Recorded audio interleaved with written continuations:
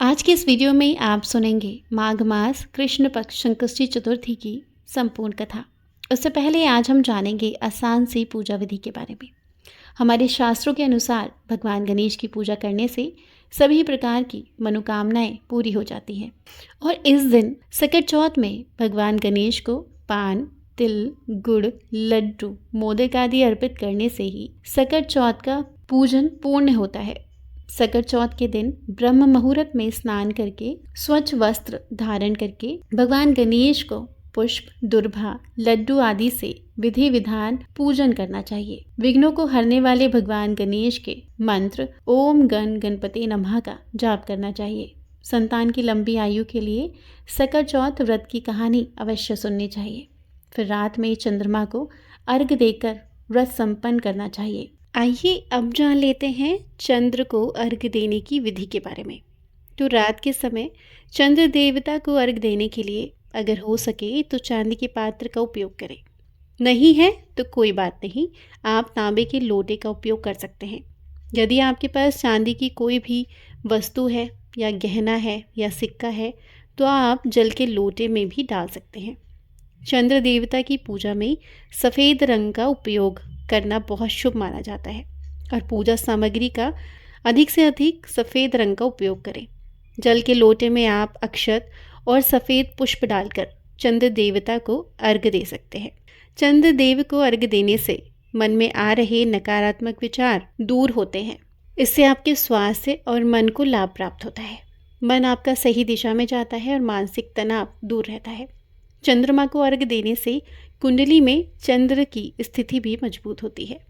अर्घ देने के बाद जो भी चांदी की अंगूठी, चांदी का सिक्का या गहना आपने एक जल के लोटे में डाला है तो आप अर्घ देते समय इस बात का भी ध्यान रखिएगा कि जो जल आप दे रहे हैं उसकी छींटे आपके पैरों पर नहीं पड़े। आप किसी गमले का इस्तेमाल कर सकते हैं। अर्घ देने के बाद उस सिक्के को या गहने को आप दोबारा से इस्तेमाल में ला सकते हैं।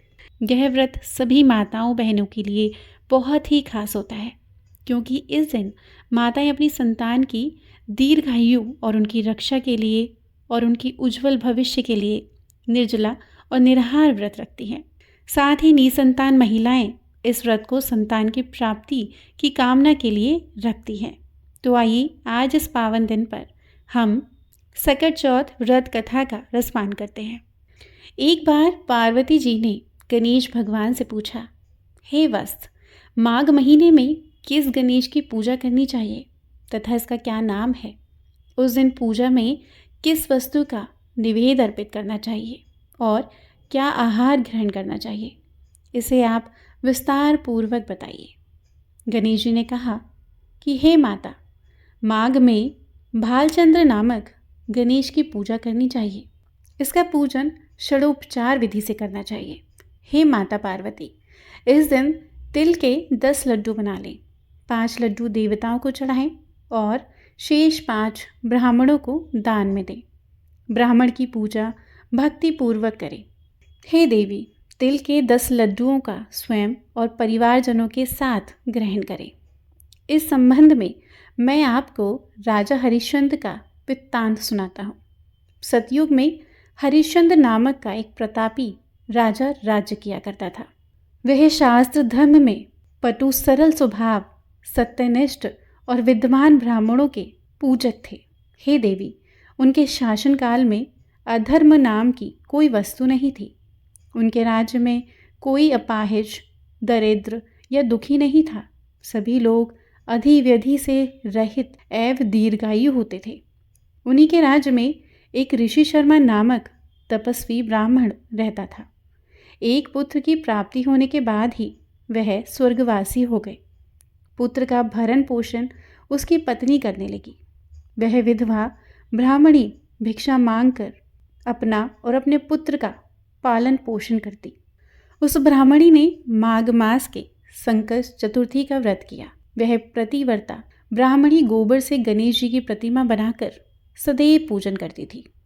हे पार्वती, भिक्षाटन के द्वारा ही उसने पूरी विधि विधान रीति से तिल के 10 लड्डू बनाए। इसी बीच उसका पुत्र गणेश जी की मूर्ति अपने गले में बांधकर बाहर खेलने के लिए चला गया। तब एक नर पिशाचक कुमार उस ब्राह्मणी के 5 वर्षीय बालक को जबरन उठाकर अपने गांव ले गया और आवे में छोड़कर मिट्टी के बर्तन को पकाने के लिए उसमें आग लगा दी। इधर उसकी माता अपने बच्चे को ढूंढने लगी। उसे ना पाकर वह बड़ी व्याकुल हुई। वह ब्राह्मणी विलाप करती हुई गणेश जी की प्रार्थना करने लगी। हे गणेश जी, विशाल शरीर वाले, हे सूर्य नारायण, हे सुंदर जटा समूह को धारण करने वाले, आप इस दुखियारी की रक्षा कीजिए। हे गजानंद, हे 4 भुजाओं वाले, हे मस्तक में चंद्रमा को धारण करने वाले, हे विनायक, हे अनाथों के नाथ, हे वरदायक, मैं पुत्र के वियोग में व्याकुल हूँ, आप मेरी रक्षा कीजिए। वह ब्राह्मणी इसी प्रकार आधी रात तक विलाप करती रही।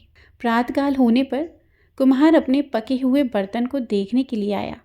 जब उसने आवा खोल के देखा तो वह हैरान हो गया। उसमें जांग भर पानी भरा हुआ था और उससे भी अधिक आश्चर्य उसे तब हुआ कि उसने देखा कि वह बालक सही सलामत उस आवे में खेल रहा है। ऐसी अद्भुत घटना देखकर वह डर गया और डर से कांपने लगा और इस बात की सूची उसने राज दरबार में दी। उसने राजसभा में अपने कुकर्म का वर्णन किया। कुम्हार ने कहा, हे महाराज हरिश्चंद्र, मैं अपने दुष्कर्म के लिए वध के योग हूँ। उसने आगे कहा, हे महाराज, कन्या के विवाह के लिए मैंने कई बार मिट्टी के बर्तन पकाने के लिए आवा लगाया, परंतु मेरे बर्तन कभी भी नहीं पके और सदैव कच्चे ही रह जाते। तब मैंने भयभीत होकर एक तांत्रिक से इसका कारण पूछा। उसने कहा कि चुपचाप किसी लड़के की तुम बलि चढ़ा दो, तुम्हारा आवा पक जाएगा। मैंने सोचा कि मैं किसके बालक की बलि दूं? जिसके बालक की बलि दूंगा वह मुझे क्यों जीवित छोड़ेगा? इसी भय से, हे राजन, मैंने दृढ़ निश्चय किया कि इसे ही बिठाकर आग लगा दूं। मैंने अपनी पत्नी से परामर्श किया कि ऋषि शर्मा ब्राह्मण मृत हो गए हैं। उनकी विधवा पत्नी भीख मांगकर अपना गुजारा करती है।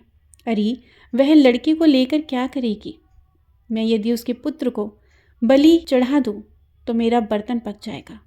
मैं इस जघन्य कर्म को करके रात में निश्चित होकर सो गया। प्रातः जब मैंने आवा खोल कर देखा तो क्या देखता हूँ कि उस लड़के को मैं जिस स्थिति में बैठा गया था वह उसी तरह निर्भय भाव से बैठा है और उसमें जांग भर पानी भरा हुआ है। इस भयवान दृश्य से मैं काँप उठा और उसकी सूचना देने आपके पास आया हूँ।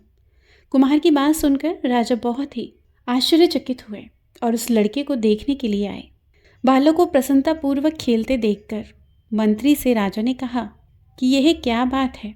यह बालक किसका है? इस बात का पता लगाओ। इस आवे में जांग भर जल कहाँ से आया? इसमें कमल के फूल कहाँ से खिल गए? इस दरिद्र कुम्हार के आवे में वैदुर्य मणि के समान हरी हरी दुर्भा कहाँ से उगाई? बालक को ना तो आग की जलन हुई और ना इसे भूख प्यास लगी। यह आवे में भी वैसे ही खेल रहा है मानो अपने घर में खेल रहा हो। राजा इस तरह की बात कह ही रहे थे कि वहाँ ब्राह्मणी रोते और बिलखते पहुँच गई। वह कुमार को कोसने लगी।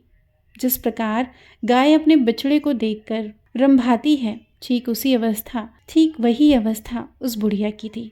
वह बुढ़िया बालक को गोद में लेकर प्यार करने लगी और कांपती हुई राजा के सामने बैठ गई। राजा हरिश्चंद्र ने पूछा, हे ब्राह्मणी, इस बालक के ना जलने का क्या कारण है? क्या तुम कोई जादू जानती हो अथवा तूने कोई धर्म आचरण किया है जिसके कारण बच्चे को आस तक नहीं आई? राजा की बात सुनकर ब्राह्मणी ने कहा कि हे महाराज, मैं कोई जादू नहीं जानती और ना तो कोई धर्म आचरण, तपस्या, योग, दान आदि की प्रक्रिया जानती हूँ। हे राजन, मैं तो संकटनाशक गणेश चतुर्थी का व्रत करती हूँ। उसी व्रत के प्रभाव से मेरा पुत्र जीता जागता बच गया। ब्राह्मणी की बात सुनकर राजा ने कहा कि मेरे राज्य की संपूर्ण जनता इस संकटनाशक गणेश चतुर्थी का व्रत करे, इसमें मेरी पूर्ण सहमति है। राजा ने उसकी परिक्रमा करते हुए कहा कि हे पतिव्रते, तुम धन्य हो। राजा ने संपूर्ण नगरवासियों को गणेश जी का व्रत करने का आदेश दे दिया। इस आश्चर्यजनक घटना के कारण सभी लोग उस दिन से प्रत्येक मास की गणेश चतुर्थी का व्रत करने लगे। इस व्रत के प्रभाव से ब्राह्मणी ने अपने पुत्र की जीवन की रक्षा करी। इतना कहने के बाद श्री कृष्ण ने कहा, हे युधिष्ठिर, आप भी सर्वोत्तम व्रत कीजिए। इस व्रत के प्रभाव से आपकी सभी मनोकामनाएं पूर्ण होगी। हे महाराज, जो लोग इस व्रत को करेंगे उन्हें पूर्ण सफलता प्राप्त होगी। भगवान कृष्ण की बात से युधिष्ठिर बहुत प्रसन्न हुए और माघ कृष्ण गणेश चतुर्थी का व्रत करके निष्कंटक राज्य भोगने लगे। बोलिए श्री गजानंद महाराज की जय। कथा समाप्त हुई। मैं आशा करती हूँ आपको पसंद आई होगी। अगर अच्छी लगी है तो एक लाइक ज़रूर कीजिएगा। चैनल को सब्सक्राइब करके बेल आइकन ज़रूर दबाइएगा। हरे कृष्णा। धन्यवाद।